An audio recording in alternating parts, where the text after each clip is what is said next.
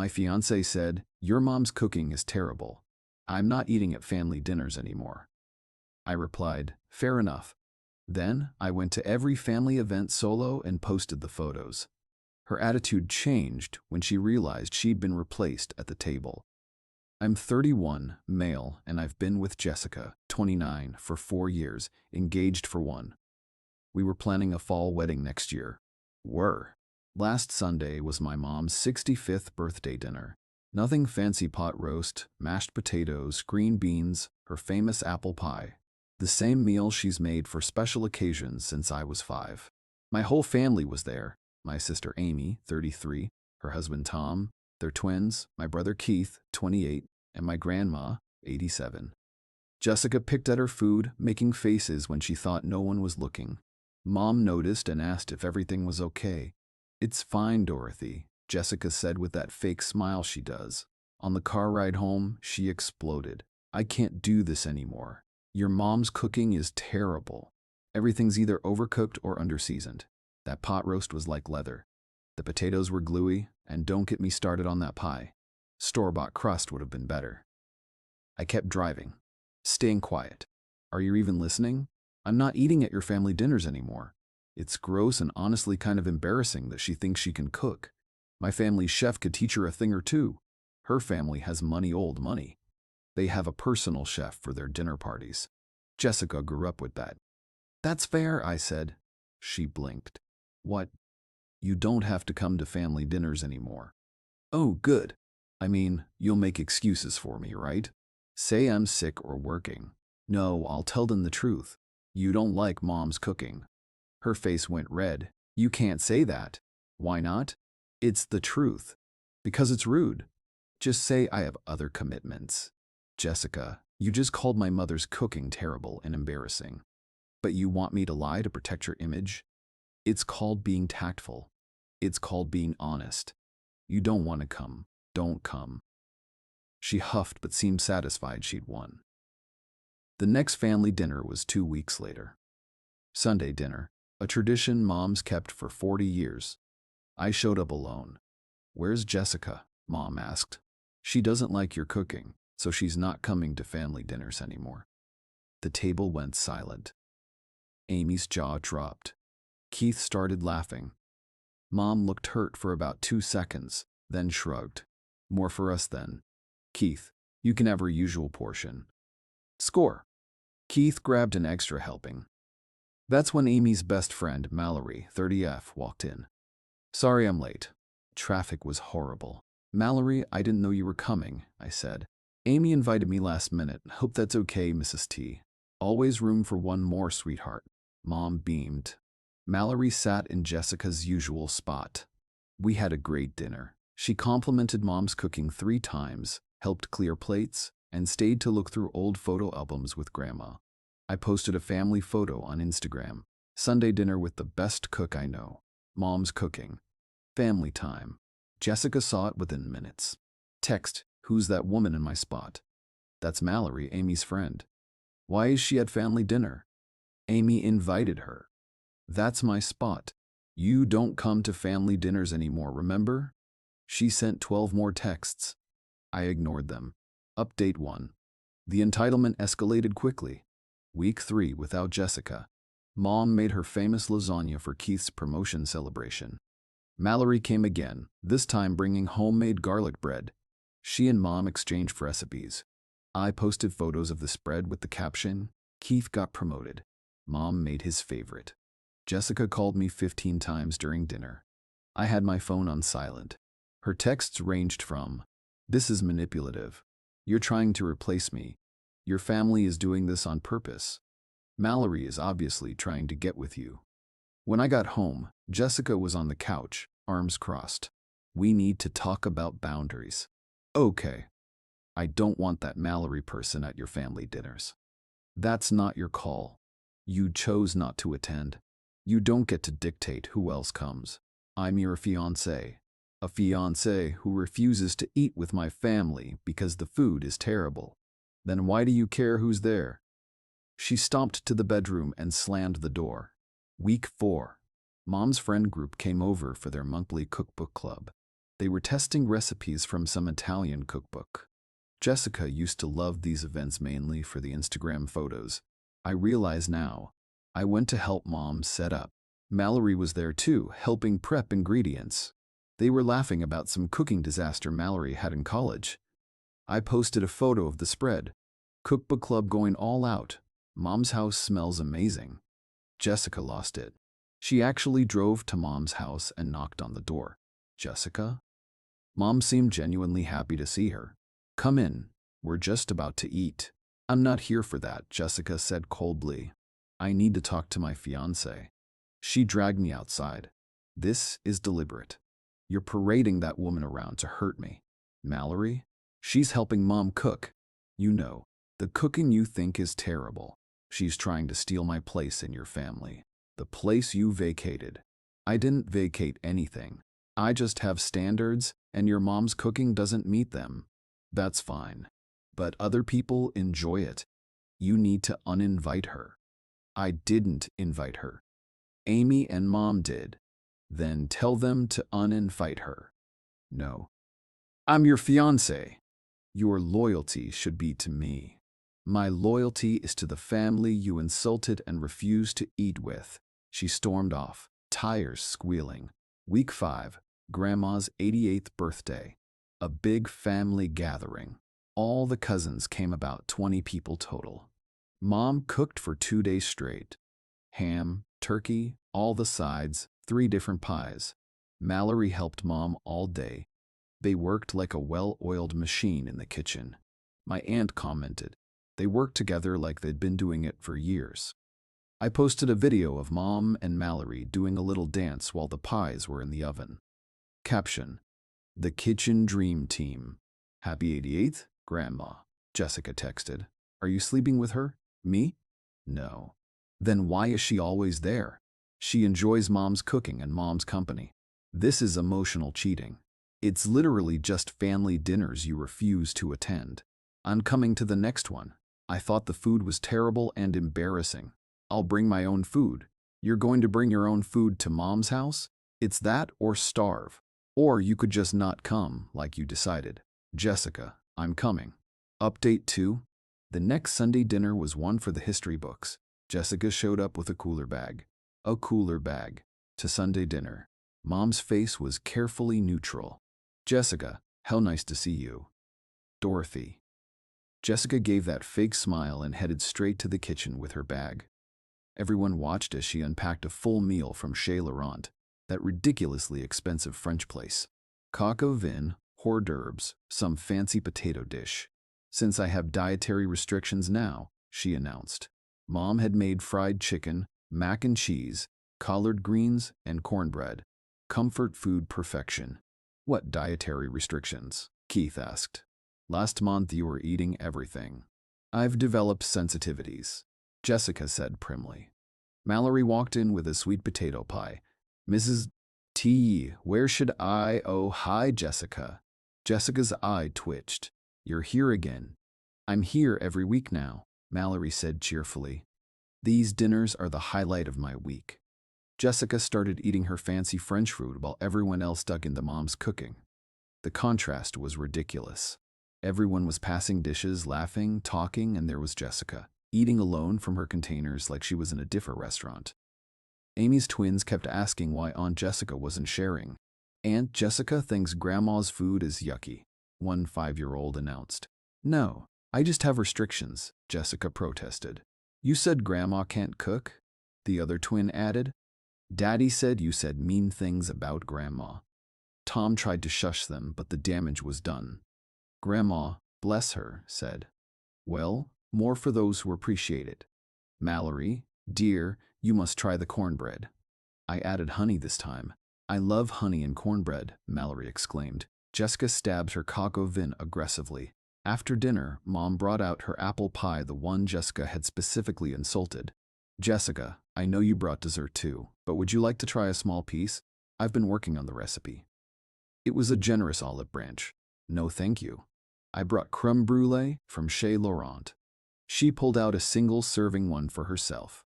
Keith snorted. Classy. Jessica ate her fancy dessert while everyone else enjoyed Mom's pie. Mallerie had seconds and asked Mom for the recipe. I'd love to learn to make this. Maybe we could bake together sometime. I'd enjoy that, sweetheart. Mom beamed. Jessica slammed her spoon down. Are you trying to replace me? Replace you? Mallerie looked confused. You said you weren't coming to dinners anymore. I'm here now with my own food, Amy pointed out, because Dorothy can't cook. The room went silent. Mom stood up. Jessica, you're entitled to your opinion about my cooking. But you're not entitled to come into my home, insult me, and then act like a victim when others appreciate what you reject. Grandma added, in my day, we'd call this having your cake and eating it too. Except you brought your own cake. Keith lost it laughing. Even Tom cracked up. Jessica grabbed her containers and stormed out. I didn't follow. Update 3. Jessica went full nuclear. Monday morning, she called my office. My office? We need couples therapy immediately. Why? Your family is toxic and you're enabling them. My family that welcomes you despite your insults? They're replacing me with that woman. Mallerie. Her name is Mallerie, and she's just nice to Mom. She's trying to steal you. She's dating someone. Silence. What? Mallory's been dating a guy named Carlos for 2 months. They're getting pretty serious. But she's always at your mom's. Because she likes Mom and Mom's cooking. Not everything is about you, Jessica. She hung up. Tuesday, she showed up at Mom's house. Mom was in the garden with Mallerie, who had come to learn about Mom's tomato plants. Jessica, according to Mom's neighbor, Mrs. Peterson, who saw everything, pitched a fit. You're trying to steal my life. Mallerie, confused, I'm learning about tomatoes. You know what you're doing. Coming to all the dinners, helping in the kitchen, being perfect. I just like Mrs. T's cooking. Her cooking is garbage. Mom stepped forward. Jessica, you need to leave. This is between me and her. This is my property. Leave. Jessica didn't leave. She grabbed Mom's tomato plant and threw it at Mallerie. Threw it. Mrs. Peterson called the police. By the time they arrived, Jessica was screaming about being displaced and emotionally abused by a calculated campaign. The officer looked at the scene. Jessica, dirt all over her designer outfit, screaming. Mom and Mallerie covered in soil, looking bewildered. The murdered tomato plant. Ma'am, you need to calm down. They're stealing my family. Ma'am, did you assault these women with the tomato plant?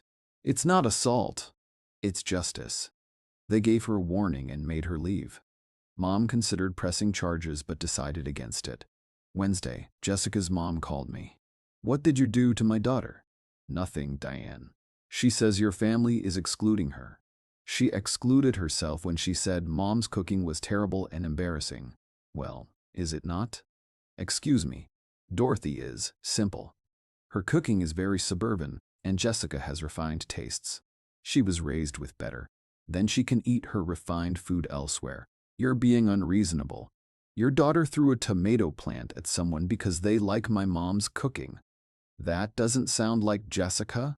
There's a police report. Silence. Oh. Thursday, Jessica tried a different approach. She had her dad call me. Richard, the lawyer. Son, we need to discuss the situation. We're not family. Richard, I'm not your son. You're engaged to my daughter. For now. Excuse me. Your daughter insulted my mother, refuses to eat her food, brings her own meals to family dinners, and assaulted someone with a tomato plant. You're reconsidering things over food? Over respect or the lack of it. Jessica deserves better than some housewife's cooking. And there it was. The whole family thought they were better than mine. Then Jessica can find someone with the family that meets her standards. You can't be serious. Dead serious. She'll never forgive this. I'll live. Friday night, Jessica came home with her parents and her brother Jason, 32. We're having an intervention, Diane announced. For who? For you, Jessica cried. You're choosing your mother over me. I'm choosing respect over entitlement.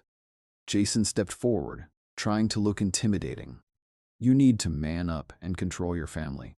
Control them. They're adults. They're disrespecting Jessica. By eating dinner together, By replacing her? She replaced herself when she said the food was trash. Richard slipped into his lawyer voice. If you proceed with ending this engagement, we'll expect the ring back. The ring I bought? Jessica's worn it for a year. It's hers. That's not how that works. We'll see what a court says. Cool. Get out of my apartment. We live here, Jessica screeched. I live here. You're a guest who's worn out her welcome. Diane gasped. You can't evict her. She's not on the lease. She doesn't pay rent. She contributes. She buys groceries sometimes when she remembers. This is financial abuse. This is consequences. They left after more yelling, but Jessica stayed, locked in the bedroom, texting furiously. Update 4. Saturday morning, the social media campaign began. Jessica posted everywhere: Facebook, Instagram, TikTok. The narrative: I was an abusive mama's boy who let his family bully her. She was the victim of an orchestrated campaign to push her out. Some highlights: he prioritizes his mother's feelings over his fiancée's comfort. They brought in another woman to replace me at the table. I have dietary restrictions and they mock me for it. This is what happens when you date a man who can't cut the umbilical cord. Her friends rallied. The comments were brutal. But then Mallerie commented with receipts. Hey Jessica, just wanted to clarify, I'm dating someone, have zero interest in your fiancé, and you said Mrs. T's cooking was terrible and embarrassing. Also, you threw a tomato plant at me. There's literally a police report. She attached screenshots of Jessica's texts to Amy, calling mom's cooking peasant food and saying she was too good for their Walmart ingredients. Amy jumped in with her own screenshots, Jessica saying she was only marrying me for security and that she'd fix my family after the wedding. Keith posted the video from Sunday dinner of Jessica eating her separate French meal while everyone else enjoyed mom's cooking. The contrast wasn't flattering. Then mom commented. Mom never comments on drama. Jessica, you're welcome at my table anytime, but you need to arrive with respect, not resentment. My cooking may be simple, but it's made with love. If that's not enough for you, that's okay. But don't blame others for filling the seat you vacated. It went viral in our town. Everyone had opinions. Jessica's friends started backtracking. Turns out many of them had been to mom's dinners over the years and knew her cooking was great. By evening, Jessica was in full meltdown mode. You ruined my reputation. You posted lies on social media. They're not lies. They're my truth. Your truth includes dietary restrictions you don't have. I could have them. Jessica, just admit you're a snob who thinks you're too good for my family. I am too good for your family. My family has money, status. Your mom is a retired teacher who drives a Honda, and that's embarrassing. Then why did you say yes when I proposed? Silence. Then quietly, because I thought I could change you. Make you better. Better like you? Yes. I don't want to be like you. What's that supposed to mean? It means you're entitled, rude, and treat people like servants. You think money makes you superior? It doesn't. It just makes you rich. How dare you? Truth hurts. She threw her engagement ring at me, missed by 3 feet. We're done. Okay. That's all you have to say? What do you want me to say? You just told me you've been trying to change me into someone I'm not. You insult my family. You think you're better than us. Why would I want to marry that? She started sobbing. Not pretty tears full, ugly crying. You supposed to fight for us. Why? You don't even like who I am. I love you. You love the idea of what you could turn me into. She grabbed her suitcases and started throwing things in. My parents were right. You are beneath us. Probably. But at least I'm happy down here. She left that night. Her brother came to get her furniture on Sunday during family dinner, of course. We all waved from the window while eating mom's pot roast. Final update. It's been 3 weeks. Here's where everyone landed. Jessica immediately started dating Bradley, the son of her parents' country club friends. He's exactly what she wanted, wealthy, entitled, and thinks Olive Garden is ethnic food. They got engaged last week. Apparently, she'd been texting him throughout our relationship as her backup plan. Her mom called to gloat. See? She traded up. Bradley's family owns 3 companies. Good for her. You could have had this life. I didn't want that life. Your loss. I'll survive. The ring drama, Jessica tried to keep it. Posted photos wearing it with Bradley, saying it was a push present to herself for surviving trauma. I hired a lawyer. She had to return it or face theft charges. Bradley was apparently not thrilled to learn his new fiancée was wearing another man's ring. Mallerie and Carlos came to Sunday dinner last week. Turns out Carlos loves Mom's cooking too. They're planning to take cooking classes from Mom together as a couple's activity. Mrs. T, would you consider teaching cooking classes? Mallerie asked. I'd pay. Mom is now teaching weekend cooking classes in her kitchen. 5 students so far. She's thriving. Jessica found out about the classes. She had the audacity to text me, "Your mom is monetizing this situation. That's so tacky." Me, blocked. Amy ran into Jessica at Target last week. Jessica was with Bradley, loudly complaining that the checkout girl was too slow and probably illiterate. Amy said Bradley already looked dead inside. Keith matched with Jessica's friend Brittany on Hinge. She told him Jessica used to practice her surprise face for when I proposed for 3 months before I actually did. She also said Jessica had a spreadsheet ranking potential husbands by income, family status, and improvability. I wasn't even in the top 5. Last Sunday, we had our biggest family dinner yet. Mom made her terrible pot roast. There were 15 people there, family. Mallerie and Carlos, Mom's neighbor, Mrs. Peterson, and my cousin Derek, who drove 2 hours just for Mom's cooking. I posted a photo, full house for the best cook in town. Mom's cooking. Real family. Jessica commented from her new account, "Enjoy your mediocrity." Mallerie replied, "We are. Your Chez Laurent containers are still in Mrs. T's fridge if you want them back." Jessica deleted her comment. Yesterday, I got a text from an unknown number. It was Richard, Jessica's dad. Bradley's family is having doubts. Jessica showed her true colors at their chef's tasting. She insulted 3 courses and made the chef cry. And nothing. Just thought you should know you made the right choice. I know. For what it's worth, Dorothy's apple pie at the church bake sale was always the first to sell out. You've had Mom's pie? 20 years ago, before Diane banned me from commoner events. I still think about that pie. She's teaching cooking classes now. Really? Saturdays 2 p.m. Don't tell Diane. The last I heard, Jessica and Bradley's engagement imploded when she brought her own food to his mother's dinner party. His mother is apparently an award-winning chef who trained in Paris. Jessica called her food pedestrian. She's now single, living with her parents, and according to her Instagram, taking time to heal from toxic relationships. Mom's cooking classes are booked solid through next month. She's considering writing a cookbook called Simple Food for Real Families. Mallerie and Amy are helping her test recipes. The dedication will read, "For everyone who knows that the best meals aren't about perfection. They're about the people around the table. As for me, I'm good. Better than good. I learned something valuable. When someone tells you your family isn't good enough for them, believe them. They're telling you exactly who they are. And if they can't appreciate a woman who spent 40 years perfecting her pot roast recipe just to see her family smile, they don't deserve a seat at the table." Mom's making lasagna this Sunday. The group chat already has 12 confirmations. Jessica's Chez Laurent containers are still in Mom's fridge. We use them for leftovers now. Mom says it's the fanciest Tupperware she's ever owned. Life's funny that way. Edit, since everyone's asking, yes, Mom's apple pie really is that good. She finally shared the secret.